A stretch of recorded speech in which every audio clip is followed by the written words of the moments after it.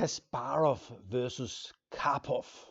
Back in 1990, I was live at the scene. I was sitting there. I was 19 years old and expecting to see something fantastic. I had looked forward to that for half a year or something, and I was so excited. And to be honest, it was a sort of an anticlimax, even though it was a great or more or less amazing game by Kasparov.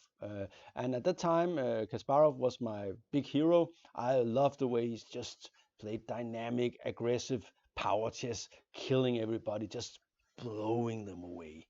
Uh, Anyway, let's see the game, and I'm going to tell you a little bit about it, how I experienced it, because it started very well. It was super exciting, e4, and I was sitting there with my friend Nikolai Borger, and we were very interested in this opening, the Spanish and the side-step variation, and it was really razor-sharp stuff, and they were playing very fast. These moves came like this. And was oh, it's something happening, and what? Oh, he didn't choose that variation, and he didn't choose that variation, and so on. And here it is, the side-step variation, and it's still played today. I think knight b8, the Breyer is more popular at the moment. And of course you can always play knight a5. The Chigorin is a possibility, and Karpov has also played the knight d7 line.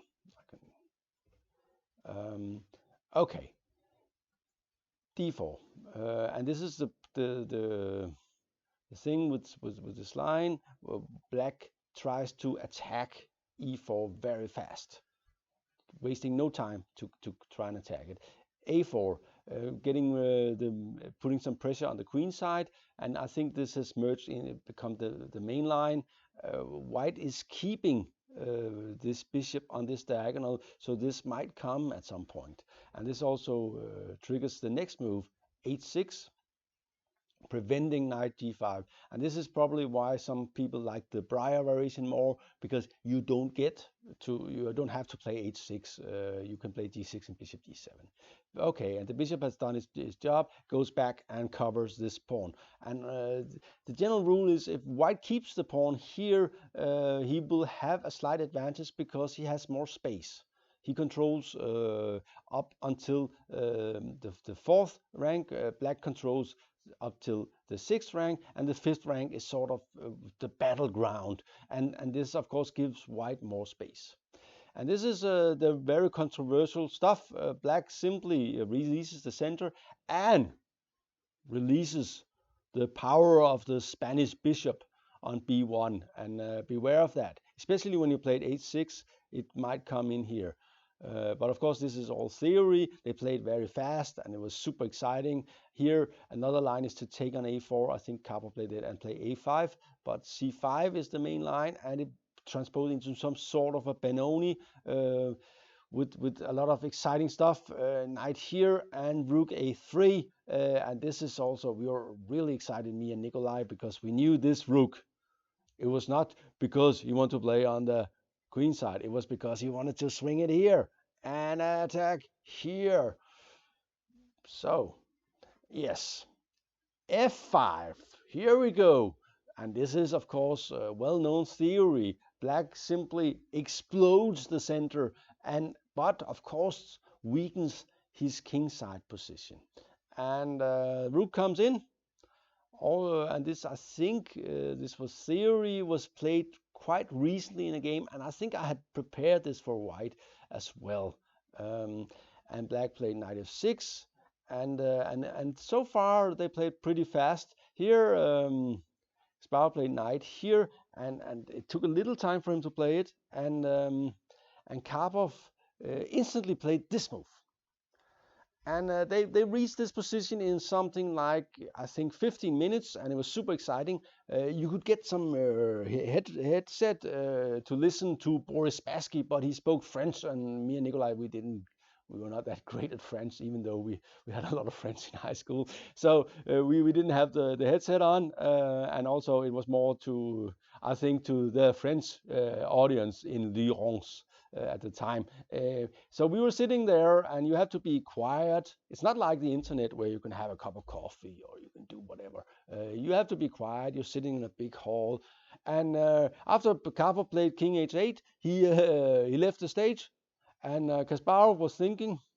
And we were discussing what should he do. We couldn't decide. And should he take on f5? That should be the idea. And play knight here to d4, or should he play queen f3, or knight f1, or the other knight to f3? And we were all super excited and discussing and so on for the first 10 minutes. But after another 10 minutes, it started to become pretty boring. And after, I think, something like 27 minutes, Kasparov played this move, which was, by the way, a great move, because he would love to put his bishop here. And I don't think we even considered this move. Oops, this one went wrong. It has to go here. Hitting this square, and of course White's idea is he has much more space on the king side, and Black's king is weakened, so he would like to attack. So after b3, Karpov came back on the stage, and we were excited again, and we said, oh, that's a great move. And here Karpov thought for something like 40 minutes, and it's not like, again, on the internet where you can have a cup of coffee, you can do whatever. You just sit there and you have to be quiet. And eventually we actually left the auditorium and played some blitz, and came back a lot of moves later where it was super exciting because it was simply too boring. And I think this is the problem for classical chess. It is way too boring. It's of course amazing, and it's nice to see it here, and when we see it like this on a video in 15 minutes, it can be great entertainment, but seeing it live is, well, it's boring. Even though I was super excited, this is where I wanted to do, and this is what I wanted to see, and where I wanted to be, and I still thought it was awful, and I was bored to death. So I think the chess has a big chance, rapid chess and so on, but as a spectator sport with live spectators, I don't think it's a great idea, unless you have a commentary like I think the one who was listening to Spassky was probably having a fun. But I've been the commentator, and I think if I had to commentate on this position for 40 minutes, it would have been tough. It would have been pretty tough. I would have to come up with a lot of stories from the old days. Anyway, let's get on with it. He took here, and that's and maybe this move was better, but it makes sense, this stuff.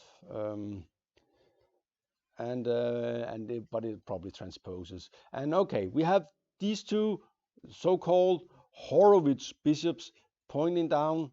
Well, they're not pointing at the same spot. I'm missing here, like this. And it's, of course, all White's pieces are ready to join the attack. And Black should be afraid. But Black is also very active, has very good pieces, and White's center is collapsing. And if it just collapses and you don't get an attack, you're dead.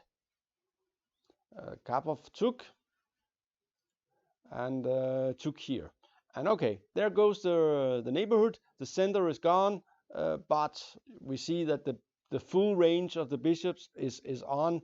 Black has won a pawn. White has got an attack against Kasparov. I think I would rather be White because he is really good at finding the way in these positions, just chopping through the variations and killing. Here Black found a very strong move. White is simply threatening something like oops, keep making mistakes here. Sorry about that. Can you disappear? No. Okay, he's threatening this, and getting ready to, and then maybe this as well. So black has to find a good move, and he did find a good move here. And the idea is to have queen e8 and both cover this square and putting the heat on in the e file. Knight comes in, and of course white has a lot of pieces joining the attack, but at the moment it looks kind of solid. So is there a threat? And black played. I think white is probably much better here. Maybe one threat is also this move, and this pawn is hanging, and it's not so easy. And white has so many pieces, so he can sacrifice one, and this is what happens. So here it comes, boom, and super exciting. And I think we saw this on the screen, and we were decided to return to the game. And black, of course, had anticipated that. Something like this is actually very, very scary. I think you die here. Actually, I don't think there's any kind of. The problem is that the queen has to go somewhere, and it's not clear where it can go. There is something coming, no matter where you look. Okay. Let's see. He played probably a good move. No, he didn't play queen h5. Then black will play queen g4, and this is interesting. You can't take because of the check, but maybe queen h5 had been better. I don't know. He played c3, and this looks very logical, trying to blunt this bishop's fun in this diagonal. The thing is, white didn't need it. There's also another attack coming. And basically, he's threatening this pawn here. And the queen is also threatening to maybe give a check. And there might be coming something on h7. Play this move, which makes sense, bolstering this and getting this on the show. After this, there are some problems.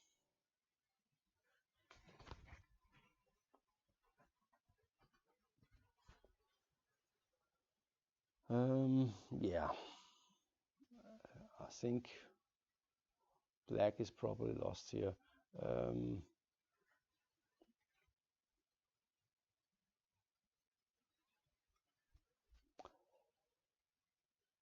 He could play this move, but white just goes check, and even though it's very complicated, I think white is simply winning in this position. The attack is too strong. You played here, take. Okay, and this is where I was shocked once again. So how do white continue the attack? And here Kasparov shows something, and he has shown it in many games, and it's sort of a trademark of Kasparov, is when you're attacking, sometimes you need to be prophylactic. And what do I mean by prophylactic? I mean, at the moment, white would love to move this knight, so this one and this one can join the attack, and the knight can join the attack. But he has a problem, because this rook is hanging with check, and that's where black's whole defense is based. It's with check. So king h2.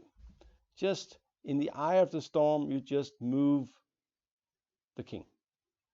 White still has two rooks, one knight, one bishop, and a queen attacking a very weakened king. So he can afford to. Black is scruttering around on the back rank, and white will win anyway. The immediate threat is something like this,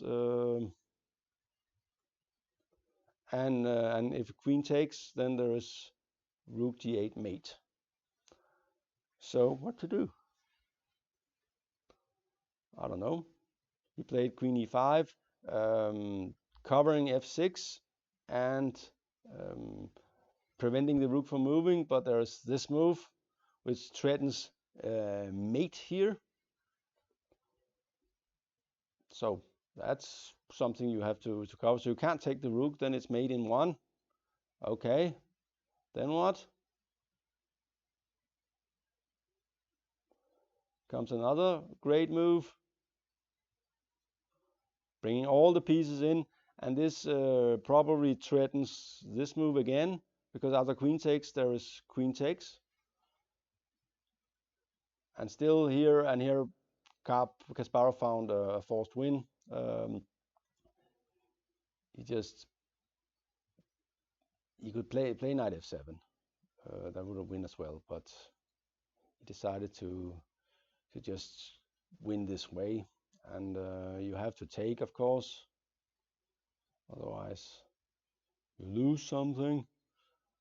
And take and check, and looks like mate, but there is queen d6, and but just this and here. And the thing is, and that's where people think that a guy like Kasparov is sometimes very lucky, is that this one is covered here, so there's no queen, and it's covered with check, by the way. So and he just has to stop the pawn from queening, and this is how we do it. Check. White is, of course, totally winning, and after this he will get the b pawn, and Karpov resigned. And later Kasparov regained the title very narrowly. This was an amazing game, but watching it I realized that watching live chess is not something that will ever be a big spectator hit, because it's simply too slow, unfortunately. So even this game could not keep me glued to the chair all the way. Thank you for watching. This was GM Talks. I hope you enjoyed this video, and see you again soon.